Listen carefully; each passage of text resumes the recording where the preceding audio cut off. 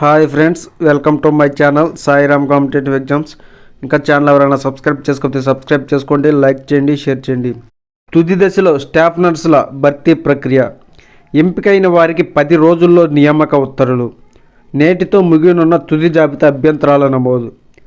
రాష్ట్రంలో staff nurse పోస్టుల నియామక ప్రక్రియ తుది దశకు చేరుకుంది. తుది మెరిట్ జాబితా విడుదల చేసి అభ్యర్థులను 2-3 రోజుల్లో ఖరారు చేయనున్నారు.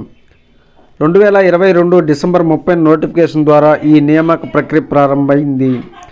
ఎంపికైన వారికి 10 రోజుల్లోనే నియామక ఉత్తర్వులు ఇచ్చేందుకు రాష్ట్ర వైద్య ఆరోగ్య శాఖ సిద్ధమైంది. దీంతో బోధనాసుపత్రులతో పాటు వైద్య విధాన పరిషత్ తదితర ఆసుపత్రుల్లో 7,031 మంది స్టాఫ్ నర్సులు అందుబాటులోకి రానున్నారు. దీనికి తోడు రాష్ట్రంలోని బీసీ, ఎస్సీ, ఎస్టీ, మైనార్టీ, సాంఘిక సంక్షేమ గురుకులాల్లో సుమారు 500 మంది రెగ్యులర్ స్టాఫ్ నర్సుల నియామకం కానుండటంతో విద్యార్థులకు మేలు జరగనుంది. మొదటగా 5,204 పోస్టుల భర్తీకే ప్రకటన ఇచ్చి పరీక్ష నిర్వహించిన తర్వాత కొత్తగా అనుమతించిన 1,827 పోస్టులను కూడా ఈ రిక్రూట్మెంట్ పరిధిలోకి తీసుకురావడంతో మొత్తం 7,031 పోస్టులు పెరిగాయి. రాష్ట్ర వ్యాప్తంగా 40,936 మంది అభ్యర్థులు దరఖాస్తు చేసుకున్నారు. గత సంవత్సరం ఆగస్టు 2న రాత పరీక్ష నిర్వహించారు.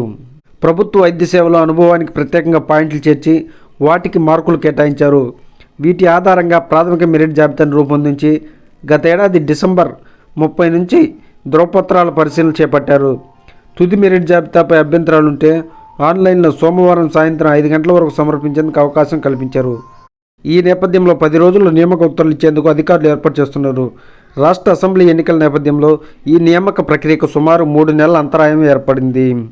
Okay friends, thank you. All the best. Video నచ్చితే లైక్ చేయండి, షేర్ చేయండి, సబ్స్క్రైబ్ చేయండి.